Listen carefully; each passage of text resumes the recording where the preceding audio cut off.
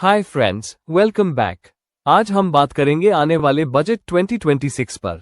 Once again Nirmala Sita is ready to present the union budget of 2026। हर साल की तरह चर्चा वही, टैक्स स्लैब्स क्या होंगे, इंफ्रास्ट्रक्चर कितना मिलेगा, फिस्कल डेफिसिट कितना रहेगा। लेकिन दोस्तों, आज सवाल कुछ और है। क्या बजट 2026 हमारी जिंदगी आसान बनाएगा? यानी ईज ऑफ लिविंग सिर्फ नारा रहेगा या जमीनी हकीकत बनेगा? बजट सिर्फ नंबर्स नहीं, जिंदगी से जुड़ा होना चाहिए दोस्तों। बजट को हम हमेशा नंबर्स से जज करते हैं, GDP growth, capital expenditure, deficit targets. लेकिन असली टेस्ट ये है कि क्या इससे आम आदमी की डेली लाइफ बेटर होगी? रोड, ब्रिज, एयरपोर्ट बनना जरूरी है, लेकिन उससे ज्यादा जरूरी है आम नागरिक की कंफर्ट, सिक्योरिटी और अफोर्डेबिलिटी। इन्फ्लेशन कम दिखती है, पर खर्च बढ़ता जा रहा है। ऑफिशियल डेटा कहता है इन्फ्लेशन कंट्रोल में है, लेकिन ग्राउंड रियलिटी कुछ और बोलती है। ग्रोसरी बिल्स बढ़ रहे हैं, स्कूल फीस बढ़ रही है, मेडिकल खर्च अनप्रेडिक्टेबल है, डिस्पोजेबल इनकम बढ़ी है, लेकिन एक्सपेंसेस उससे ज्यादा तेज बढ़ रहे हैं। मिडिल क्लास रोज पूछता है, कमाई बढ़ी या सिर्फ खर्च? डिजिटल इंडिया, सुविधा के साथ खतरे भी। यूपीआई और डिजिटल पेमेंट्स ने जिंदगी आसान बनाई, लेकिन साथ ही फ्रॉड केसेस भी तेजी से बढ़े हैं। रॉन्ग ट्रांजैक्शंस, ऑनलाइन स्कैम्स, पैसा गया। प्रोटेक्शन नहीं, कन्वीनियंस तो है, लेकिन स्ट्रॉन्ग रेगुलेशन अभी भी मिसिंग है। एजुकेशन, जॉब्स और क्रेडिट ट्रैप। अर्बन इंडिया में अफोर्डेबल स्कूल मिलना मुश्किल होता जा रहा है। रूरल इंडिया में जॉब्स के ऑप्शंस लिमिटेड है।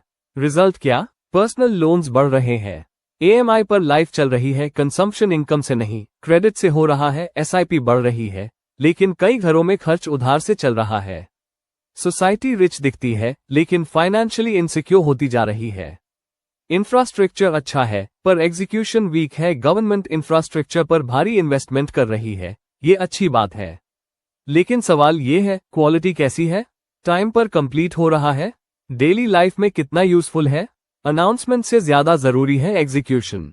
मिडिल क्लास और गवर्नमेंट के बीच ट्रस्ट गैप। सैलरीड क्लास सबसे ऑनेस्ट टैक्स पेयर है।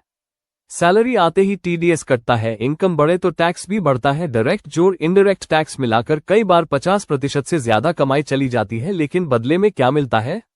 जॉब सिक्योरिटी नहीं, अनएम्प्लॉयमेंट सपोर्ट नहीं, सोशल सिक्योरिटी बहुत वीक। जॉब गई तो गवर्नमेंट जिम्मेदार नहीं, जॉब मिली तो फिर टैक्स कटना शुरू। यहीं से ट्रस्ट टूटता है। वेलफेयर है, वेलफेयर से अपॉर्चुनिटी की तरफ शिफ्ट जरूरी। 80 करोड़ लोगों को फ्री रेशन देना जरूरी था, लेकिन लॉन्ग टर्म सोल्यूशन नहीं। इंडिया को चाहिए जॉब, स्किल्स, अफोर्डेबल एजुकेशन और हेल्थ केयर। डेमोग्राफिक डिविडेंड तभी काम करेगा जब अपॉर्चुनिटी होगी, वरना पॉपुलेशन एडवांटेज भी बोझ बन सकता है। रेगुलेशन और गवर्नेंस भी ईज ऑफ लिविंग है। Food adulteration, unsafe water, weak civic enforcement, ये सब हिडन टैक्सेस है जो आम आदमी हर दिन पे करता है। स्ट्रॉन्ग रेगुलेशन और गवर्नेंस बजट फिगर्स में नहीं दिखते, लेकिन जिंदगी में साफ दिखते हैं। फ्रेंड्स, बजट 2026 की असली चुनौती सिर्फ फिस्कल डिसिप्लिन नहीं, बल्कि पर्पस है।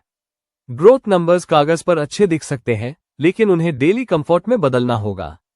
ईज ऑफ लिविंग को स्लोगन नहीं, पॉलिसी डिजाइन का कोर बनाना होगा। आपका क्या मानना है? बजट 2026 मिडिल क्लास के लिए क्या लेकर आना चाहिए?